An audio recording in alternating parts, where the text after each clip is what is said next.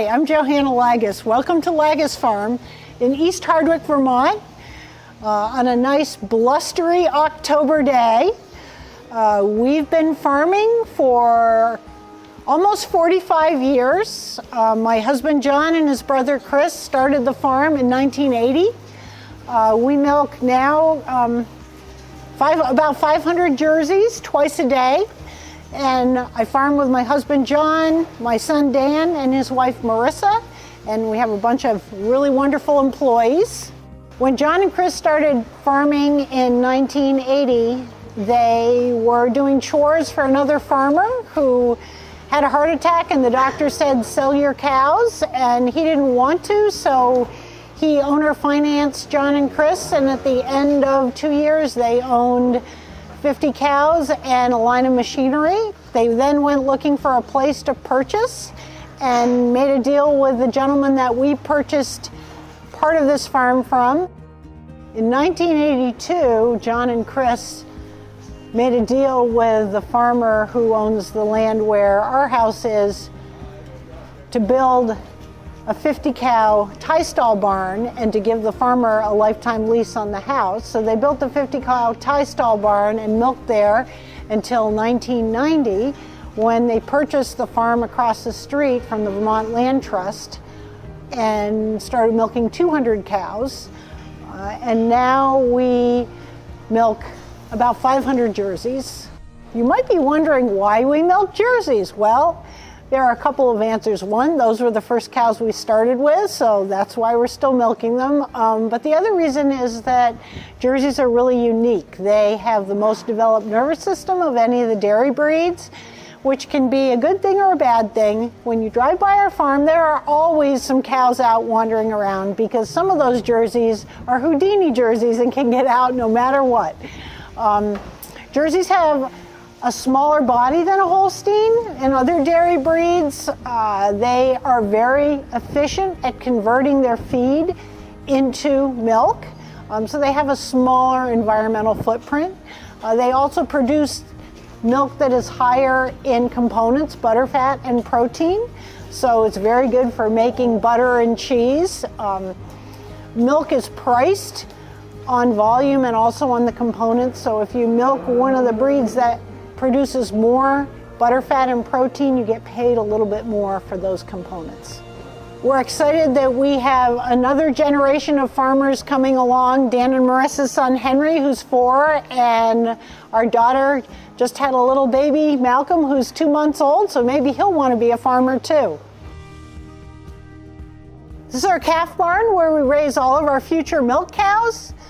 They're fed milk from their moms and stay here until they are about 3 months of age.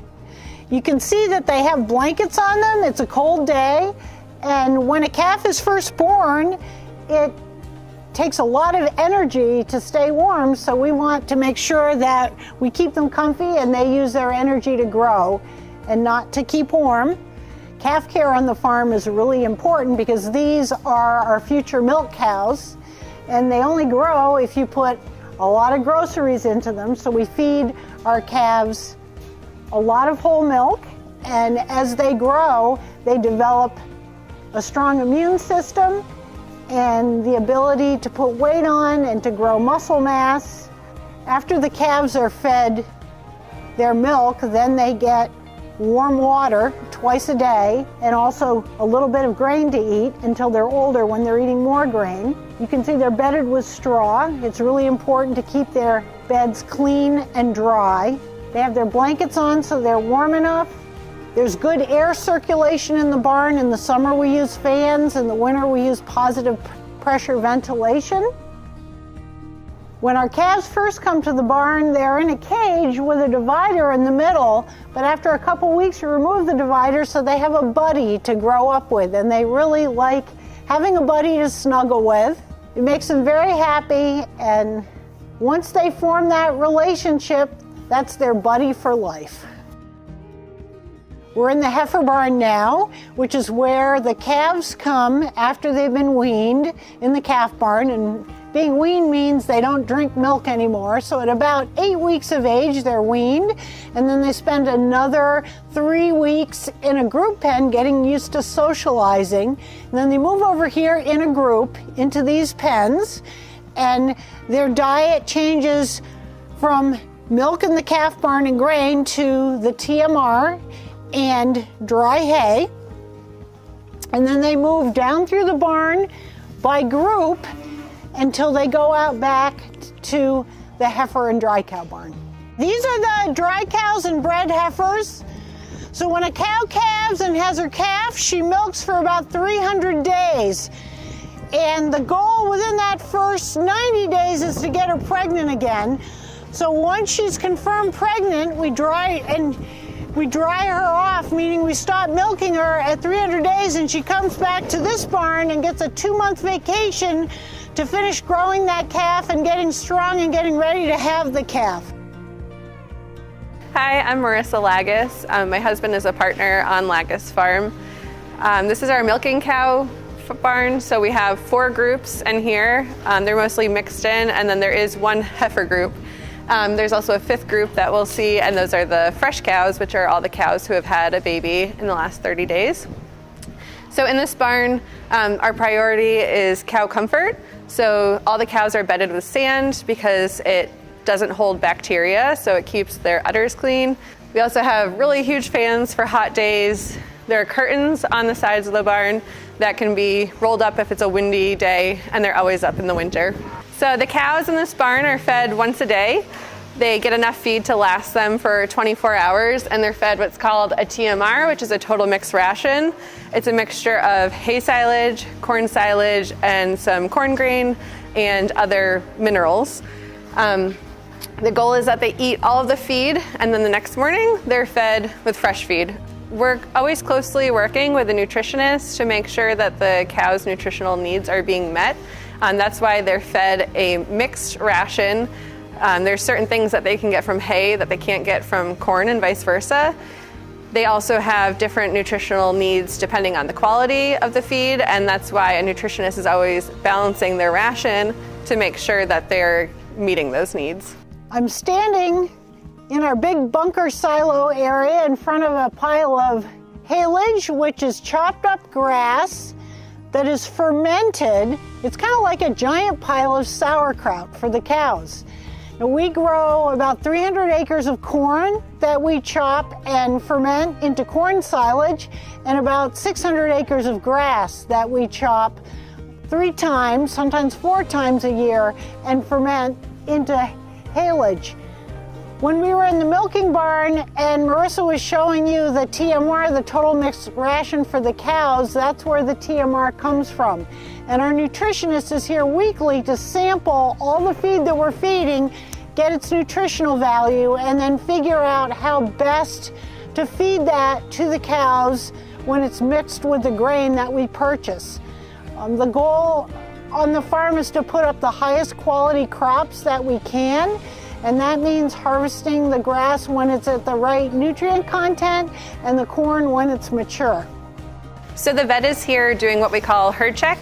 This is when he checks to see if the cows who we've been breeding are pregnant, and we keep close tabs on their due dates and therefore their dry off dates and all of the important information. He's also checking in on any cows that we might have concerns about. It takes more than just the people who work on the farm to support the farm and make sure it's successful. So we have the vet here, we have that nutritionist come often. There's also a hoof trimmer that comes every 3 weeks. There are other people in the community, places we get supplies that are really vital for the success of the farm. So in this barn, we have all the cows who are due to have a calf in the next 2 weeks. We keep them in the smaller barn so that we can keep a close eye on them. And as soon as they start showing any signs of having a calf, we'll move them to a pen so they have nice, comfortable bedding and more space. And they do like privacy when they calve. So they're very comfortable when they have their calf, and we keep a close eye on them in that process. Most cows have their first calf around 2 years old. They do have to have a calf to make milk, and they have to have calves every year to continue producing milk. So that's our goal, is for each cow to have a calf once a year. This is our milking parlor. We milk the cows twice a day, every single day, even on Christmas morning. We milk 7 cows on each side at a time. So they come in from the barn. It's really important that everybody stays quiet and relaxed so that the cows relax. They come in and we clean their udders, and then we put the milking machines on, and it takes anywhere between 5 to 15 minutes for a cow to get milked. Once all the cows on one side are done being milked, they can leave the parlor and go back to their fresh feed waiting for them. Many people don't know this, but milk has 13 essential nutrients, and it's a very wholesome food. Cleanliness and sanitation are really important to the milking process to make sure that you, the consumer, get a good, clean product. So when the cows come in, we dip their teats in an iodine solution and we strip them, which means to just hand milk them for a moment to get a good look at their milk and make sure it's healthy. Then we thoroughly clean off their teats with a rag until they are perfectly clean, and then we can milk. After we milk, we dip them in another solution so that their teats kind of seal up and they're not exposed to any bacteria when they go back and lay down in their beds. So we're in the fresh cow barn. All of the cows in here have recently had a calf. That's what makes them fresh. So they're in this barn for about the first 21 days of their postpartum time. They're watched closely in here. They're fed a special diet. We're just keeping a closer eye on them to make sure they're healthy and no problems arise with postpartum care. We produce about 26,000 pounds of milk a day. We have 2 big tanks in the milk house that store the milk. The milk truck comes every day and picks up that milk, and then it gets sent directly to a creamery to be processed. All the milk that you drink that comes from the store has been on the farm less than 48 hours ago, so it's a very, very fresh product. After we're done chopping corn in the fall, we drill winter rye into every field as a cover crop. It helps stabilize the soil over the winter, and it also gets plowed in as for nutrients in the spring. If you don't maintain your soil well, you don't get good crops, and if you don't get good crops, your cows aren't healthy and don't make a lot of milk. So we put a top priority on taking good care of our land and also feeding our cows healthy crops. My favorite thing about being a dairy farmer is the whole lifestyle. Working with animals, working outside, being your own boss, working with lots of different people, being connected to the earth and to the seasons. You have to be a multitasker and flexible, and there are not many jobs that allow you to do that, like dairy farming. My favorite part of being a dairy farmer is the community and camaraderie. You're constantly working with different people, and everybody wants to pitch in and help because there is like a big job to get done and people want to be a part of that. And if anything goes wrong, in 15 minutes after a truck breaks down, you'll have another truck waiting for you, whether it's a neighbor or a neighboring farmer. Cow care is a top priority for us because if your cows aren't happy and healthy and well cared for, they won't produce milk, and that's really what we're in the business of, is producing milk, creating a healthy food product for consumers, and the better care we can take care of our animals, the more milk they'll produce, and the longer they'll live and the happier they'll be. And then I think another important piece is if you're animal farming, you're probably an animal lover and you're committed to the care of your animals. So beyond like the money that they make you and their production, just knowing that you've done your best to make them comfortable and well fed. I think you can see from all the pictures of our farm so far that our animals are very happy and well fed, especially George the goat in the calf barn. Extra well fed. In order to dairy farm, you need to have a lot of land, so we keep land open. We open our land up to the Vast Trail, the Vermont Association of Snow Travelers. People cross-country ski and hike on our land, hunt on our land. We provide a scenic vista with our open land, and we sell sweet corn in the summertime. People come here to the farm. They can see the animals when they come buy corn. The schools often come and glean sweet corn at the end of the season for their school lunch programs. We employ lots of local people on our farm, so we're helping folks out that way. We purchase a lot of local products, whether it's parts for equipment or groceries in town. I don't have just one favorite dairy product. I have lots of favorite dairy products, but here are my top three. I love yogurt, and I actually make my own yogurt, and because, as we mentioned before, Jerseys have lots of fat and protein in their milk, Jersey milk makes delicious yogurt, so I make yogurt all the time. And I also make kefir, which is a cultured milk drink that's very good for you, and that's delicious with Jersey milk. And I absolutely love cheese. You can never have enough cheese. I actually do just love a tall glass of milk, and then definitely cheese with every meal, and in the summer, creamy, just a maple creamy. It's my favorite.